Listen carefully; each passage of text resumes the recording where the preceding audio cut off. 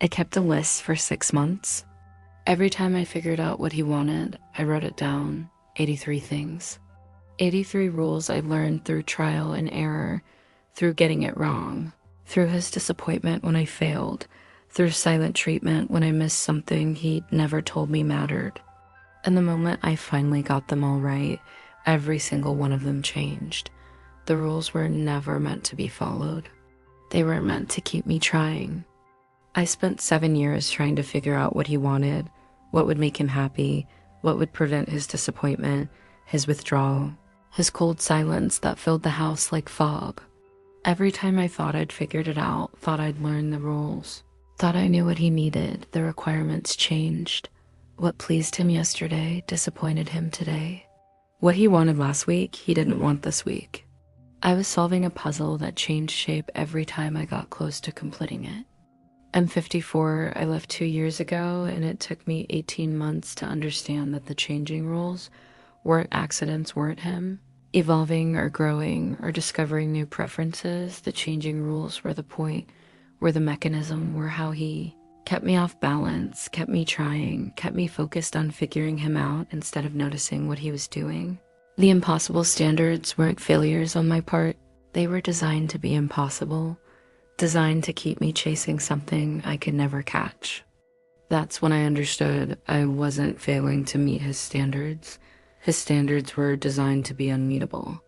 If you've ever finally learned what someone wanted only to have them want something else, if you've figured out the rules only to have them change without warning, if you've noticed that every time you get it right, the definition of right shifts, if you've realized you're solving a puzzle that redesigns itself to stay unsolved, you already know what I'm describing. You already know the exhaustion of chasing moving targets, the confusion of constantly changing requirements, the despair of never being able to get it right, no matter how hard you try. And I'm realizing as I tell you this, some of you are chasing moving targets right now, learning rules that will change the moment you master them, trying to meet standards that shift when you get close. So here's what I need to know. What rule changed on you? What thing did you finally get right only to have it become wrong? Just drop one thing in the comments. I finally learned blank, and then he wanted blank instead. Let's see if we're all chasing the same impossible targets. I spent 7 years thinking I just needed to try harder, pay closer attention, get better at understanding what he needed. I thought the problem was me. I was wrong. Now let me tell you how I became someone who documented changing rules without understanding why they kept changing. It started with me trying to be better. We met when I was 47. He was 49. Both divorced. Both had teenage children. Both thought we'd learned from previous relationships, knew what we wanted, what we wouldn't tolerate, what healthy partnership looked like.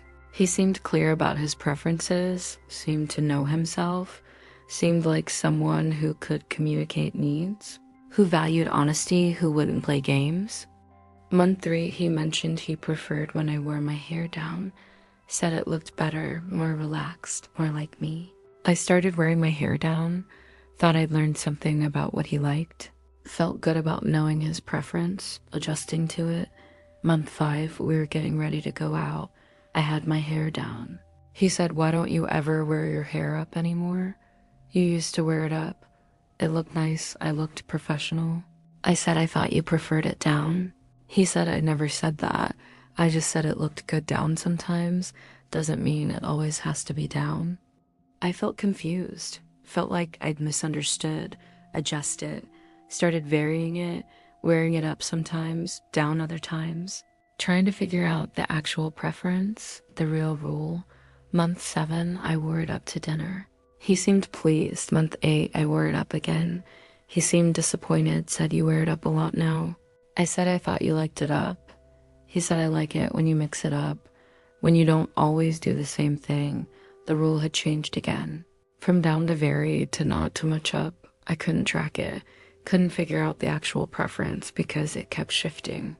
Month 9, I started keeping mental notes, not on purpose, not consciously, just started remembering what worked, what didn't, what got positive response, what got disappointment, trying to identify patterns.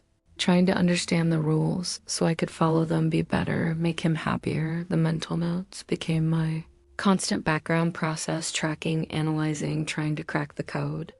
Year one, the tracking expanded beyond hair, covered everything. He'd mention he liked when I wore certain colors. I'd wear those colors more. Then he'd say I wore them too much. Looked like I wasn't trying. He'd say he appreciated when I initiated plans. I'd initiate more, then he'd say I was being controlling, not giving him space to suggest things. He'd say he valued when I was independent. Had my own interests, I'd pursue my interests, then he'd say I was distant, not making him a priority. Every rule came with an invisible expiration date, invisible threshold, invisible limit. I couldn't see until I'd crossed it. What started as preference became too much of that preference. What started as not enough became too much when I increased. And I was trying to hit moving targets, trying to land on shifting ground, trying to find the right amount of things that didn't have right amounts. Year two, I started keeping actual list, physical list in my phone, notes about what he liked, what worked, what made him happy, trying to document the rules so I could follow them consistently. The list grew, became detailed, became my reference guide for how to be, what to do, how to make him happy. I'd check it before making decisions, before suggesting things, before choosing what to wear, what to cook, what to plan. By month 24, I had 47 items on the list, 47 things. I'd learned about what he wanted, what he preferred, what made him happy. I felt like I was finally getting it, finally understanding him, finally learning how to be what he needed. Started feeling more confident, more capable, more successful at the relationship. Month 25, everything on the list stopped working. Not gradually, not one at a time, all at once. Like someone had flipped a switch. The things that had pleased him started disappointing him. The preferences he'd stated became things he didn't want anymore. The rules I'd carefully documented became obsolete overnight. I wore colors he'd said he liked. He said they were boring now. I initiated plans like he'd said he wanted. He said I wasn't being spontaneous.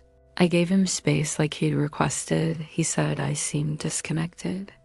I went back through the list, confused, trying to figure out what had changed. What I'd misunderstood, realized I hadn't misunderstood anything. The rules had just changed, all of them, simultaneously, without announcement. Without explanation, I was holding a guide to a game that had new rules now. Rules I didn't know, hadn't learned, couldn't anticipate. I'd become an expert in something I never wanted to study. I could recite his preferences from 6 months ago perfectly, but they were useless now. The test had changed and nobody told me. Year 3, I realized this was pattern, not accident. The rules changed every few months, reliably, predictably, like clockwork. I couldn't see I'd spend months learning what he wanted, documenting it, implementing it, getting good at it. Then everything would shift. What had been right would become wrong. What had been too much would become not enough. What had been appreciated would become criticized. The changing wasn't random, wasn't him evolving naturally, wasn't normal growth or changing preferences. It was systematic, was consistent, was too regular to be coincidence. Every time I got close to mastering the current rules, the rules changed. Every time I started feeling confident, I understood what he needed. What he needed changed. I was chasing something designed to stay ahead of me, playing a game designed to be unwinnable. Year 4, my sister visited, watched us for a few days, said, "You're different now. You're constantly second-guessing yourself, constantly checking if you're doing things right, constantly asking if he likes things. You never used to be like that. You used to be confident, decisive, sure of yourself." I said, "I'm just trying to make sure I'm getting it right, trying to do what he wants." She said, "But what he wants keeps changing.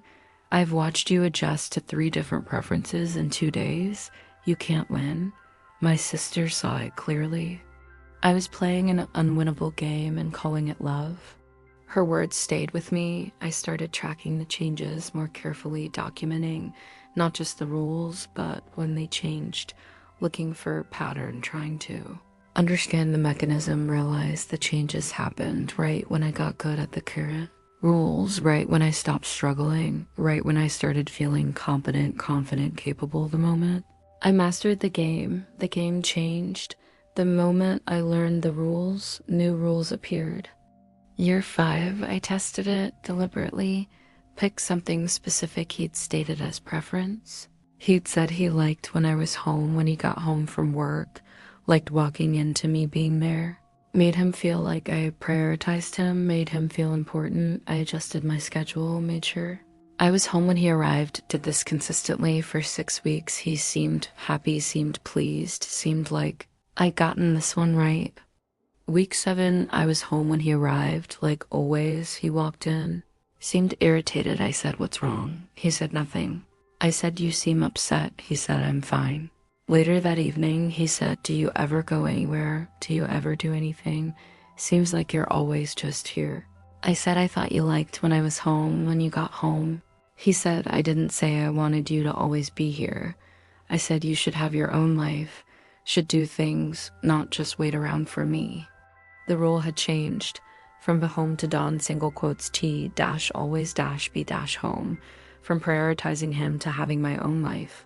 Except months earlier when I'd had my own schedule, had done things, he'd said I wasn't prioritizing him, wasn't making him feel important. I couldn't win. The target moved every time I aimed at it. The goalposts shifted every time I got close. That's when I saw it clearly. He'd demade his needs my job, but made the job impossible to do successfully. And that impossibility was the point. Year 6, I stopped trying to learn the rules, stopped documenting what worked, stopped adjusting to his preferences, just existed, just made my own choices based on what I wanted. What made sense to me, what felt right. The response was immediate.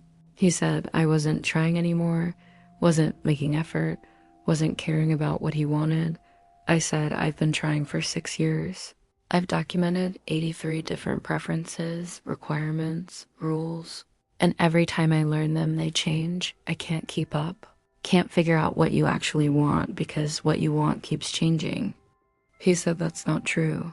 I've been consistent. You're just not paying attention." I pulled out my phone, showed him the list, 83 items, dates when he'd stated each preference, dates when each preference had changed or been contradicted, concrete documentation of the moving targets, the shifting rules, the impossible standards.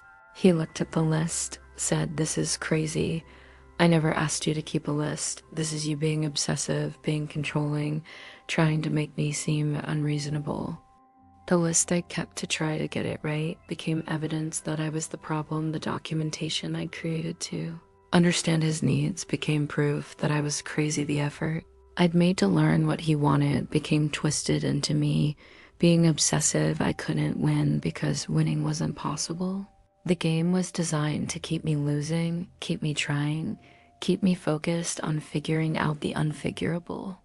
Month 79, I told him I was leaving. He said, "Why? What did I do?" I said, "You created impossible standards and blamed me for not meeting them. You changed the rules constantly and acted like I should have known. You made me responsible for your happiness, but made that responsibility impossible to fulfill successfully. I can't keep playing a game designed for me to lose."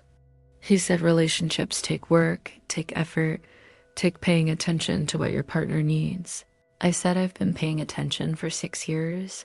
I have 83 documented examples of me paying attention. The problem isn't that I'm not paying attention.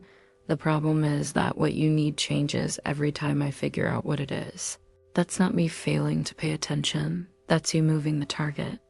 He said, "You're being dramatic. You're making this bigger than it is."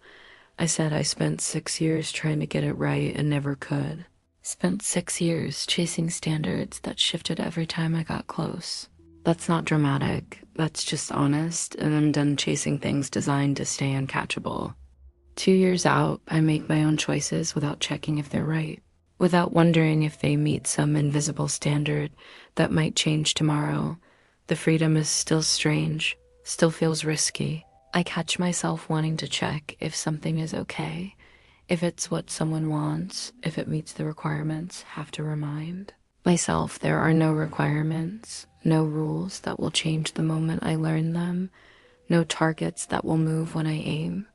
I'm learning that healthy relationships have preferences, have needs, have things people like or don't like. But those preferences stay relatively stable. Those needs don't change weekly. Those likes and dislikes don't reverse themselves constantly. People in healthy relationships don't create impossible standards and blame their partners for not meeting them. Don't move goalposts and act confused when you point it out. Don't make you responsible for their happiness while making that responsibility impossible to fulfill. Here's what I desperately wish someone had told me the first time a rule changed, the first time what had been right became wrong, the first time I figured something out and it immediately stopped being the thing to figure out. If someone's standards keep changing, if what pleases them today disappoints them tomorrow, if you're constantly trying to hit moving targets, you're not failing to understand them, you're succeeding at something impossible. And the impossibility is the point, is the mechanism, is how they keep you off balance, keep you trying, keep you focused on getting it right instead of noticing that right keeps being redefined to stay out of reach. If you're reading this and you're constantly trying to figure out what someone wants, if you've noticed that every time you learn the rules they change, if you're solving puzzles that redesign themselves to stay unsolved, if you've realized you're chasing targets specifically designed to move, you're not failing at the relationship, you're succeeding at recognizing impossible standards. And that recognition, that clarity, that's the first step to refusing to keep chasing things designed to stay uncatchable. If this resonated, if you've realized the rules were always going to change, the next video is crucial. It's called You Were Punished for Seeing It This Time. It's about what happens when you finally see the pattern clearly. Finally name what's happening. Finally say out loud what you've been experiencing.